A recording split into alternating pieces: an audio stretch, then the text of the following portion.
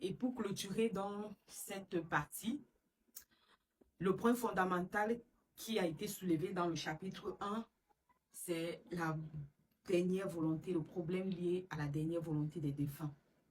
Vous voyez qu'ici, Banda se sépare de sa copine pour obéir à la dernière volonté de sa mère. Et comme quoi les morts ne sont pas morts, nos parents voient plus loin que nous étant jeunes. La dernière volonté ici est en train de briser un couple. La dernière volonté ici de sa maman est en train de détruire une fille.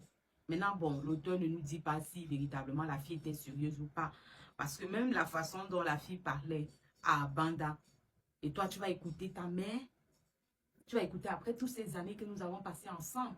Et toi, tu vas l'écouter. Tu vas demeurer qu'un fils à maman. Hein? Les gens, vous avez déjà entendu ce genre de commentaires, n'est-ce pas? Les fils à maman qui ne peuvent rien faire sans consulter leurs parents, leur maman, les belles-mères. Donc voilà, donc la belle de Banda est en train de... Voilà, elle est en train de partir et elle demande à son fils donc d'épouser une autre fille qu'elle apprécie, pas trop, mais mieux que celle actuelle. Les dernières volontés ici, parfois, brisent les relations, causent beaucoup de dégâts. Beaucoup de dégâts. Marie-Jeanne, qu'est-ce que tu en penses? Après aussi, les parents voient plus loin. Hein. Les parents ont plus d'expérience. Et je pense que dans le club de lecture, il y a un lecteur qui disait que lorsqu'il a épousé une femme, il a épousé sa première copine, voilà, la première femme avec qui il était. Plusieurs personnes l'ont conseillé, ses parents l'ont conseillé, que cette femme-là, vous n'irez pas loin. Cette femme-là, vous n'irez pas loin. Mais tellement il était amoureux, il l'aimait, il voyait en cette femme une belle femme, une bonne femme, soumise, obéissante. Mais le parent avait vu là où le jeune ne pouvait pas voir. Parce que le parent a l'œil de la maturité et le jeune a l'œil de la jeunesse. Et c'est parfois ça. Parfois, on a du mal à obéir à la dernière volonté de nos parents ou alors à la volonté de nos parents parce qu'on regarde avec l'œil de la jeunesse. On voit l'instant présent. Le parent a vécu avant nous-mêmes. Et le lecteur, naturellement, aujourd'hui n'est plus avec la fille. Il a épousé une autre femme qui a obtenu l'accord de ses parents. Ce que je voudrais souligner ici dans cette vidéo ou dans cette dernière partie du chapitre 1, c'est que nos parents ont parfois raison. Acceptons. Nos parents ont parfois raison. Mais il faut toujours du discernement. Il faut toujours du discernement en toutes choses. Il faut toujours du discernement. Le parent voit plus loin en termes d'expérience. Le parent a été peut-être marié, le parent a vécu, a vu des histoires, entendu des histoires. Ils ont la maturité nécessaire.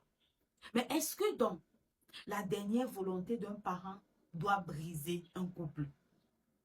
Est-ce que dans la dernière volonté des parents doit rendre malheureux l'enfant? Est-ce que dans la dernière volonté des parents ne doit pas être remise en question? Est-ce qu'on ne pourra pas réfléchir davantage par rapport à cette dernière volonté?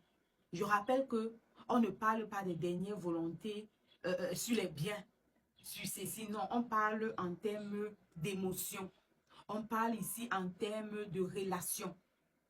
Parce que dans cette histoire, il est clair que Banda doit se séparer de sa copine pour faire la dernière volonté de sa mère qui est mourante.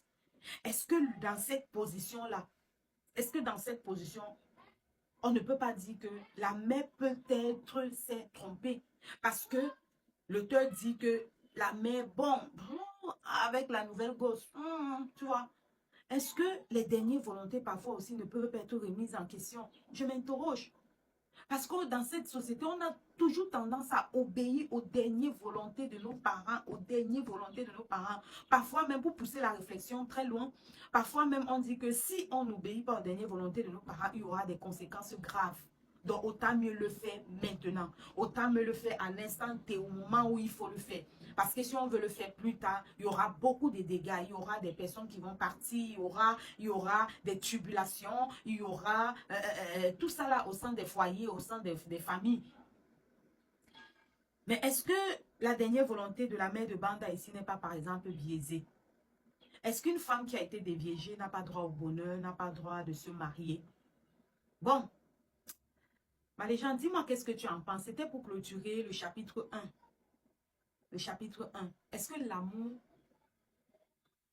Est-ce que même... Je vais conclure avec une question, hein, Maléchant.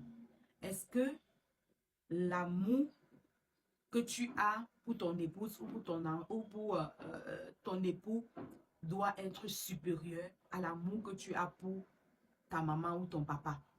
Ou alors vice-versa. Est-ce que l'amour que tu as pour ta mère ou pour ton père doit être au-dessus de l'amour que tu as pour ton épouse? On va lire le chapitre 2, on va revenir. Mais les gens, dis-moi qu'est-ce que tu en penses, ok? Allez, bye bye.